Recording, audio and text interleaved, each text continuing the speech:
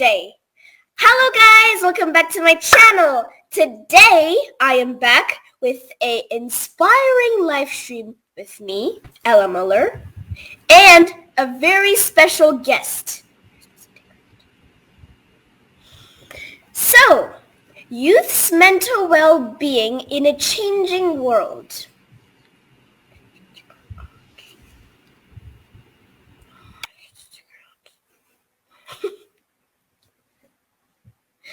How are you doing, guys?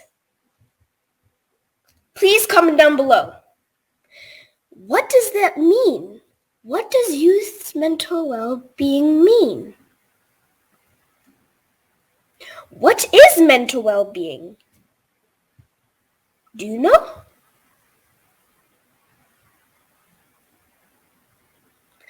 Let's think about it again.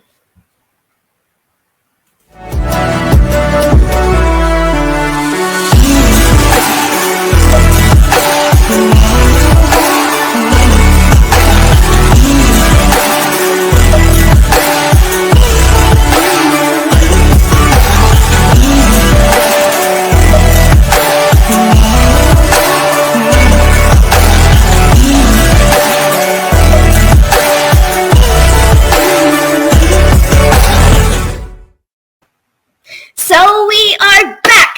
Guys, it's going to be a long live stream. Let's stretch out.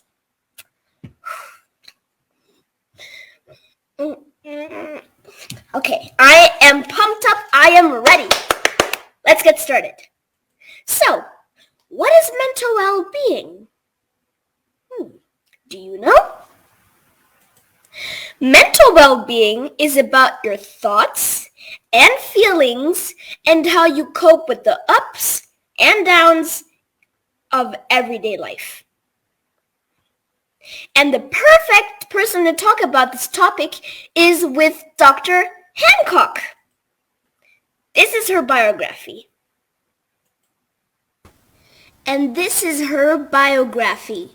Dr. Princess Fumi Stephanie Hancock, the Princess of Suburbia, is an African princess living in diaspora. She is a board-certified psychiatric mental health doctor of nurse practice. She is the CEO of Pool of Bethesda Psychiatric Health Clinics in Arizona. Dr. Hancock is an on-air trauma care maestro and global life rehab ambassador. She is one of the first Johnson & Johnson Sun Seal Nurse Innovation Fellows whose role is to bridge the gap between Africa and U.S. healthcare systems. She is an award-winning talk show host of an online town hall series, Life Rehab TV, a Hollywood NAFCA African Oscar, and IndieFest winning nurse turned filmmaker. She is the first Black to grace the TEDx talk in Al Anjal, Saudi Arabia, a best-selling author, helping hurting people rewrite their trauma stories and discover their legacy.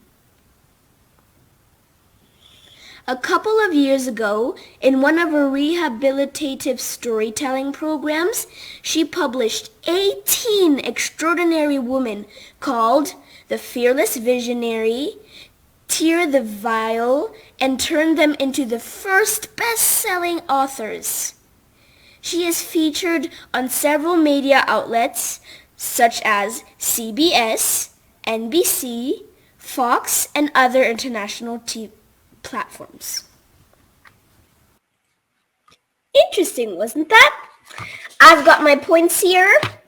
Let's get started. So, welcome Dr. Hancock. Thank you so much for accepting my invitation.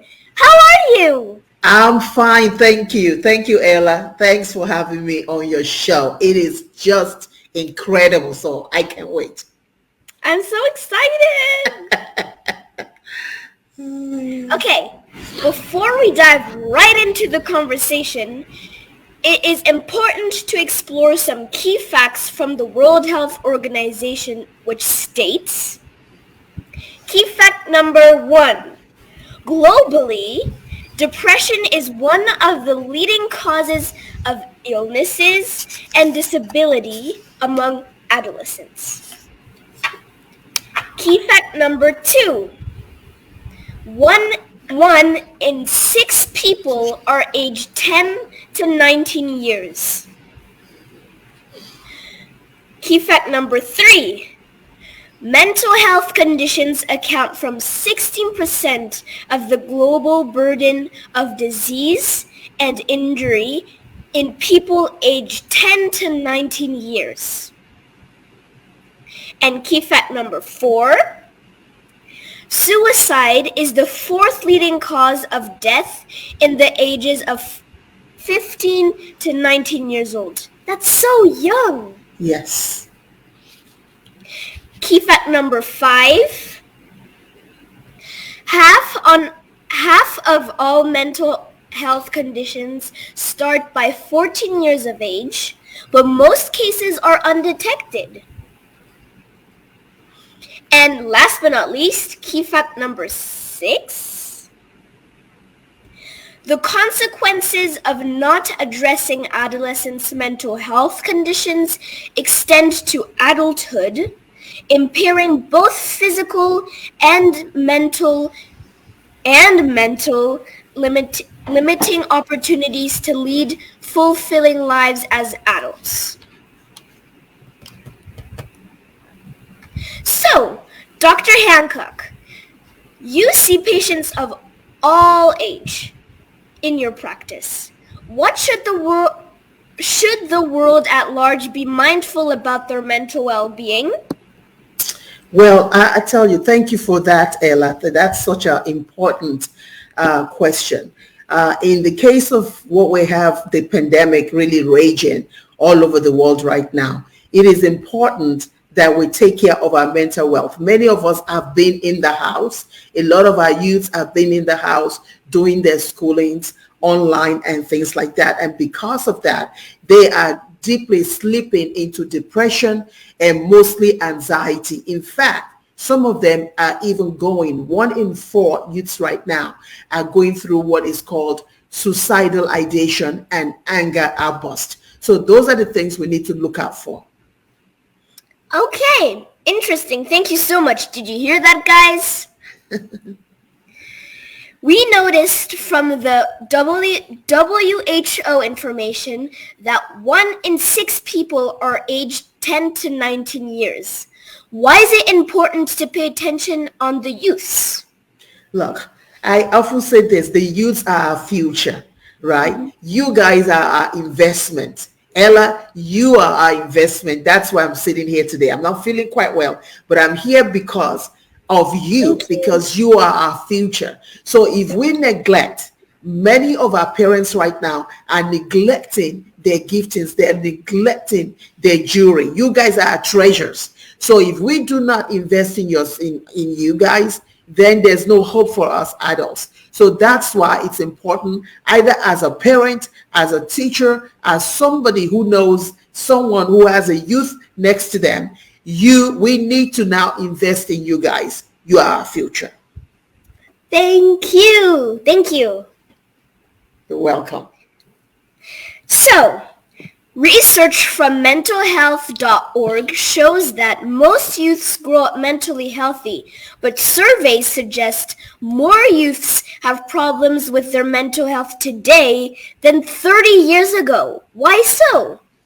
Wow, I love that question. Look, a lot of things are going on today. A lot of pressure is on our youths today, either in school with their peers, or they're overwhelmed by their schoolwork, or the pandemic especially that's going on. There's too many demands on our youths right now. And because of that, a lot of our youths do not have that tenacity. They don't have that strength.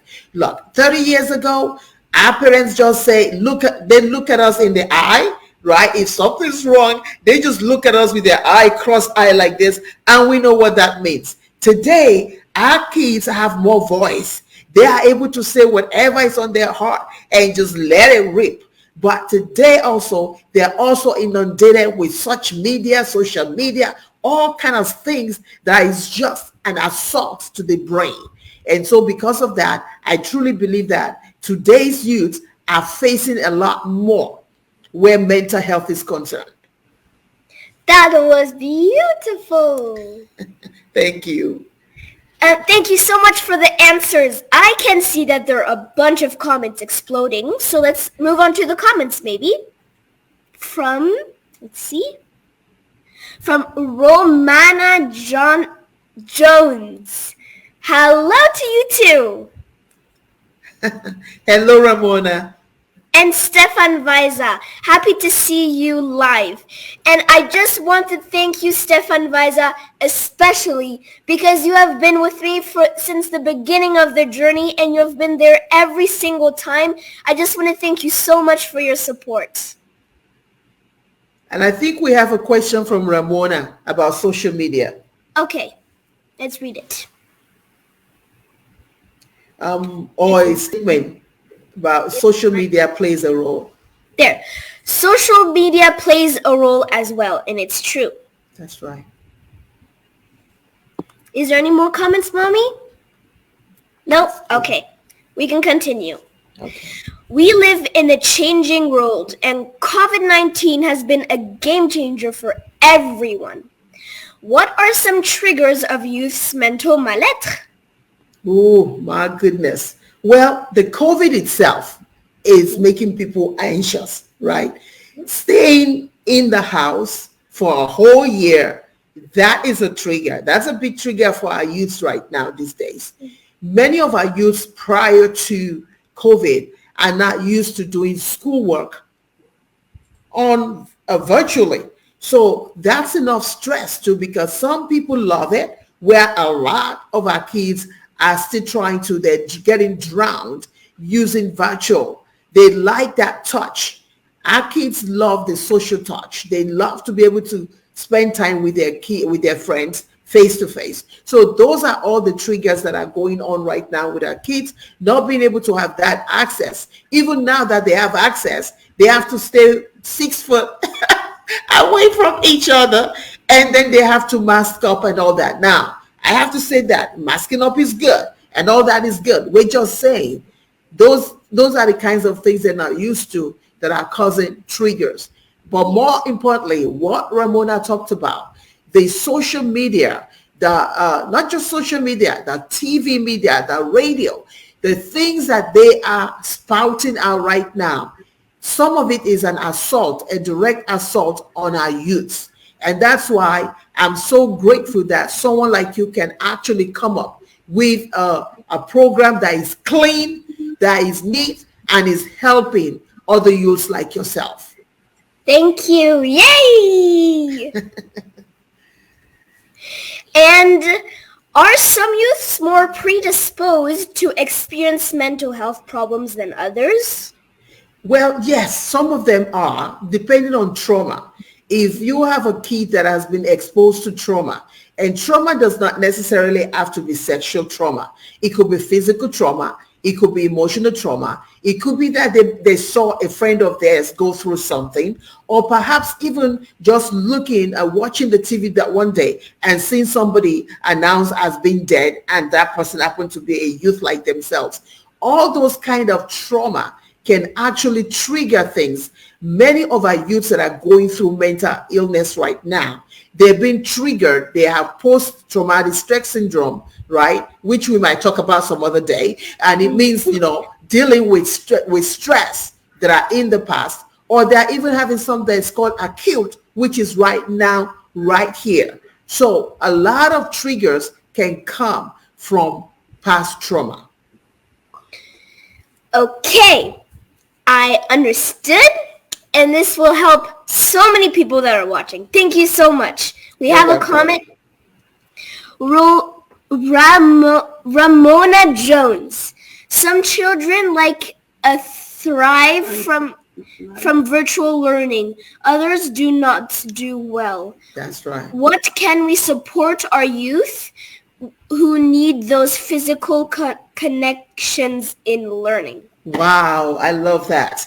Now, some of the things that we could do, I know that many of us are cooked up in the house right now, but we can offset that by taking our kids to the garden, taking them to a bookstore, taking them to a place that they love. They don't necessarily have to stay indoors, but of course they can mask up. But we can also just take them to find out, what do your kids love to do? Do they love to read? Do they love to entertain? Where do they love to go? You guys can go on a day trip. It doesn't have to be a whole week trip. It can be a day trip to somewhere that that kid loves, so that when that kid comes back home, that kid is ready and able to now get up and do what he or she needs to do virtually. That is amazing. And I think, like you said, with the bookstore, I think I'll try that out. I do that myself, so that's why. Okay, Stefan Weiser. Might it be true that nowadays parents and children are less communicative together than years ago? Oh my goodness. I love that. You have a family that has a 3-bedroom and everybody is staying in each bedroom. And when they want to talk to each other, guess what they pick up? They pick up their phone because they don't want to get up to go to the next door. So you find them texting each other and they're in the same home. I'm guilty of that too. Because there have been times where it's like, Yes, oh, I don't that's feel so like it. dumb. And I just text my husband downstairs and say, hey, can you please get me something? So there's less communication. In the olden days, everybody have to sit around the table and have to discuss things during dinner. And in the olden days too, if you get in trouble in school, from school all the way to home, everybody in between is dealing with you before you even get home, before your parent now deal with you. But now these days, you dare not touch anybody's child. You dare not talk about it, because if you do, somebody might say, oh, you're abusing somebody. So there is a lot of difference in the way that we raise our children now than in the olden days. And Ramona Phillips, thank you so much for joining. That's another Ramona. Thank you. Thank you. And my mommy just yells instead of texting. That's also another trick for you moms out there. I love that. So, what are some key... Wait, did I already say that? No. What are some key pointers that indicate a youth is struggling with their mental well-being? Wow. What a fascinating question. Number one, they're very, very sad. When your kid who used to be, up in your face before suddenly is withdrawn and suddenly wants to stay in their room, and you go into their room, they're agitated, they're sad, they don't want to deal with you, they're having problems falling asleep, they're having problems staying asleep, and when you come in, they yell at you and say, leave me alone. They're withdrawn from friends. They don't want to talk to anybody. They don't want to talk to their siblings. They don't want to talk to friends. And then when you finally talk to them, they tell you that they're seeing things or hearing things, or they tell you that, oh my God, I feel like cutting my, or they actually go ahead and start cutting, or they go ahead and tell you that they feel like they're not worth it. They feel worthless. They feel like they're hopeless. These are telltale signs that you need to seek help right away. I mean, right away for that child. Yes. Thank you so much. I'll welcome. keep an eye on that. Oh, another Ramona. So this is Ramona Phillips. Beautiful. Hey, Ella. Hey, Princess. Hello. Hello. And Ramona Phillips says again, good question. Thank you. Awesome. I'm very curious. And how can youth start working on their mental well-being? Well, communication is number one. It's key. Because if you don't have that rapport with your child will not have that freedom to even want to tell you. I can't tell you how many times that I've had to see kids in my practice that Their children, when I start asking them questions, when I do psychiatric evaluation, that you could see their parents are shocked by what they say. Many of them are like, well, we didn't know that they had suicidal thoughts. We didn't know that that's. So communication is number one, is key. Having that communication with your child, so that your child have that latitude and that flexibility to be able to come and tell you, look, I'm depressed. Look, I'm anxious. Look, I feel like, attempting, suicide.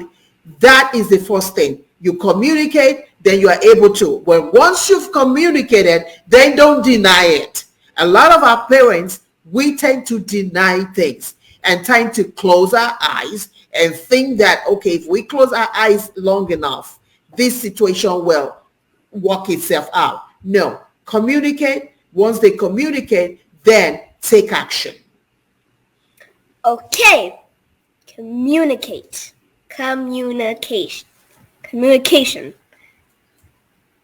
And Ramona Jones says, do you think that is in some ways we connect more or share more via text messaging than we would share in person?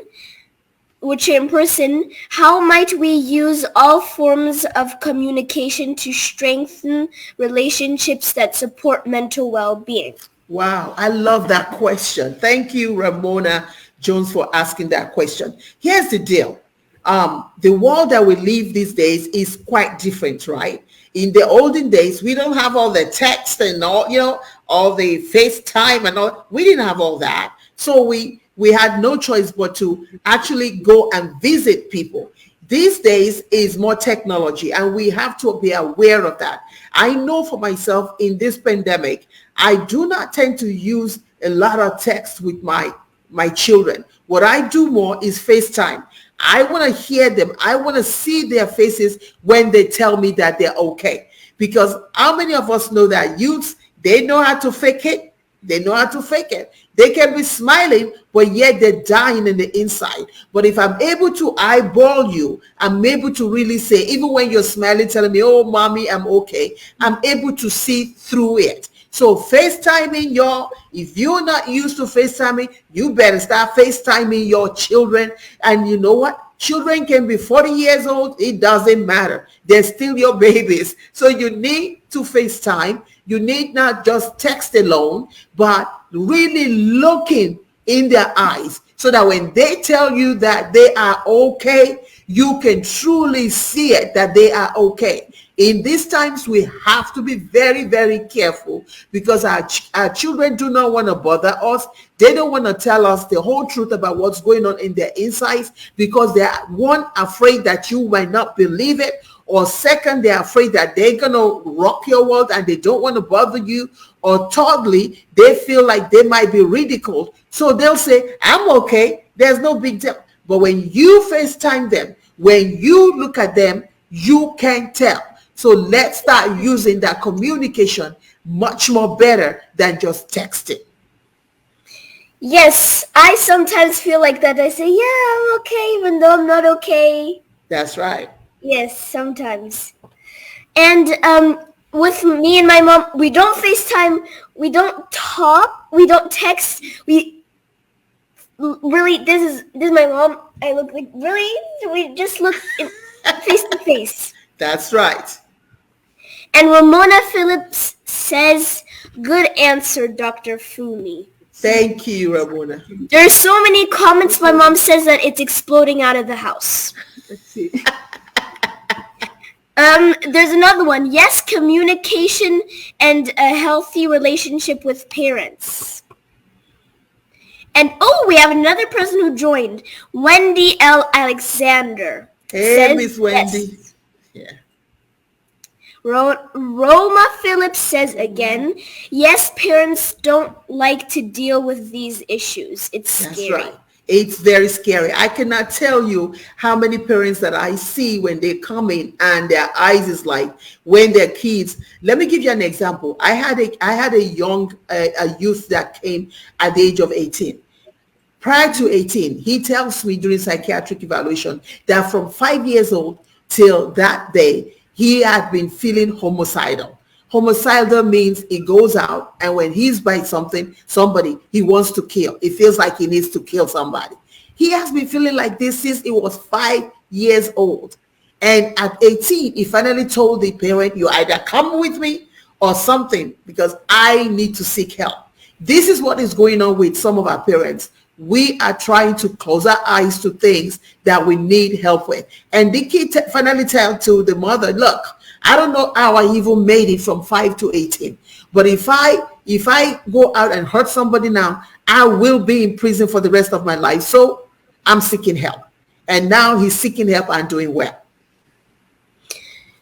Okay, I'm praying for that guy that it gets better. And that's right. To all you guys, to all of us, don't think of that. And yes, FaceTime, Ramona Phillips says. Oh, and there's a new person. Mohadi. That's Tamahanyan. Right. Yes, that name. She's from South Africa. Oh, okay. New information. Thank you. This is powerful stuff indeed. We need more people to join in and learn. We need this information in our communities. Thank you, Dr. Hancock and Ella. You're welcome. Thank you, Miss Mohadi. And Romana Jones says, yes, we can't be afraid to deal with the answer or statement our child give us. How can parents get help in supporting their children who express mental health struggles? Wow.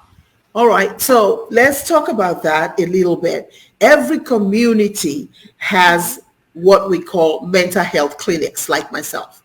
You know, I live in Arizona here and I have some mental health clinics. So you can go on, and thank God for Google. You can go and Google mental health clinics in your communities. The other great part about it now is that we have virtual visitation. Just like myself and Ayla are doing this right now. You can literally, if you come from a silent culture like myself, like Africa, where we don't want to say it, we don't want anybody to know because of the stigma. The good thing now is you have access to a therapist, you have access to a psychiatric provider like myself, because at times you might need a combination of medication and psychotherapy. So first thing first, Google your area, your zip code, or wherever you are, right? South Africa, Nigeria, wherever you are, Google and look for virtual help. It's right there. Okay. We have another information. And Stefan Weiser, trust and support as key factor for strengthening. That's right. That's a good one. And Wendy L. Alexander says, yes, I was the one of the teenager that said I was okay but wasn't. Yes, and I happen to know Wendy. She's one of the fearless visionaries, one of the best-selling authors that I helped to publish her book. And when she was a teenager, when she started writing about her story, she was telling me all kinds of things. She wasn't telling us exactly the story. Eventually, she finally told us how she attempted suicide several times. I want you all to hear this. If you're a youth hearing that, how she attempted, and she's older now, right? How she attempted suicide several times. How she was in a relationship as a teenager, and that person tried to, put a gun to our face. These are the kind of things that our youths are that is going on with our youths these days. And thank you, Ella, for bringing this to your platform so that people across the world and globally can see, not just youth alone, but parents too can see and begin to look at the telltale signs with their children. Thank you. I think I'll be doing this more often. This Absolutely. Is more information, and it helps people too. And Ramona Phillips says, I felt I had no one to talk to when I was a child and teenager. I felt on one would understand. My mother was young and needed help herself. Wow, that's a big one there because, for example, when we have teenagers that get pregnant, where do they go to? And the fact is, there are teenagers that do get pregnant, and they are young themselves, and now you have the young getting pregnant, trying to take care of the young. So where do they go? Ramona Phillips is one of the fearless visionaries too, who has gone through hell and came out behind her trauma. And she has something that's called Trauma Defeated.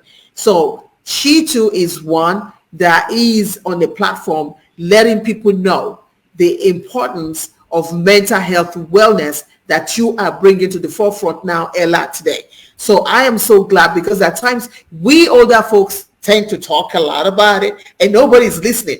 But you, the youth, right? You guys are our future. People are going to listen. People are going to want to hear more from you because you are the youth. You have the voice, and people and youths like yourself will hear what you have to say about mental health. Thank you. So welcome. is Ramona Phillips one of the 18 women that you helped to publish the book? Exactly. She's one of those too, and she's a best-selling author too. She has a story. Her story is very, very powerful with the fearless visionaries tear the veil. They all tore their veil. They tore the veil so that people like you to give room for youths like yourself so that people can be very serious with their children, not just with their children. But here's the thing though, when you have a parent that is still dealing with a lot, how do they see youths? How do they see their children dealing with something? Because they themselves are in too much pain and they're not able to see that their children are in pain too. Thank you. You're welcome. And Ramona Phillips says, thank you, Ella and Princess Fumi. Hugs. You're welcome. You're Hugs welcome. to you too.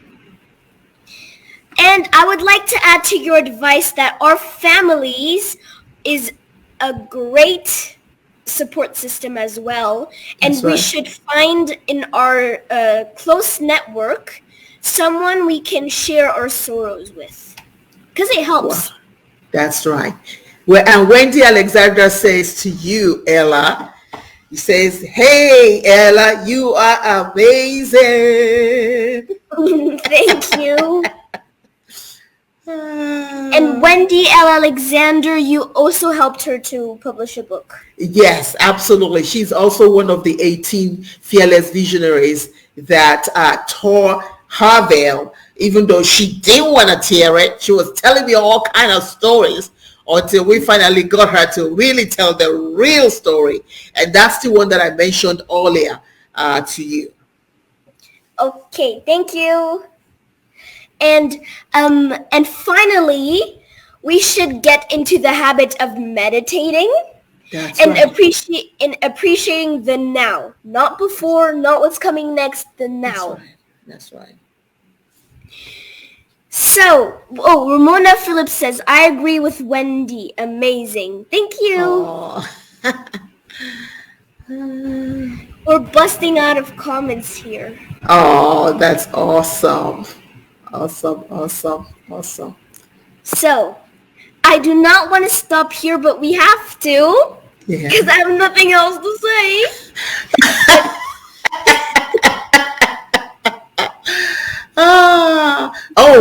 Wendy says appreciating the now, right? We need to appreciate the now. So let me just throw one other thing to it, that if you are a parent right now that you're watching, if you are a youth right now that you are watching, I want you to know that there is hope. I want you to know that there is help. I need for you to know that regardless of the relationship that you may or may not have with the adult in your life, you can seek help, right? You are in school. Schools have counselors that you can talk with. Even if you don't feel comfortable talking to your parent about it, or you don't feel comfortable talking to the adult in the home, you can always start by talking to a counselor in your school. So please seek help. Thank you. And let's just now appreciate the now, like I said in the third little sentence. Let's just put our hands here and appreciate for just 2 seconds.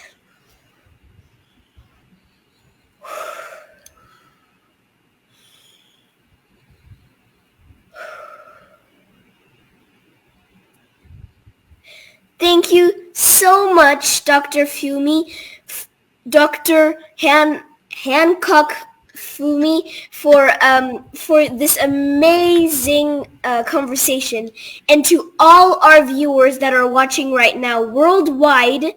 Please remember to stay mindful, stay healthy, and I will see you in the next live stream.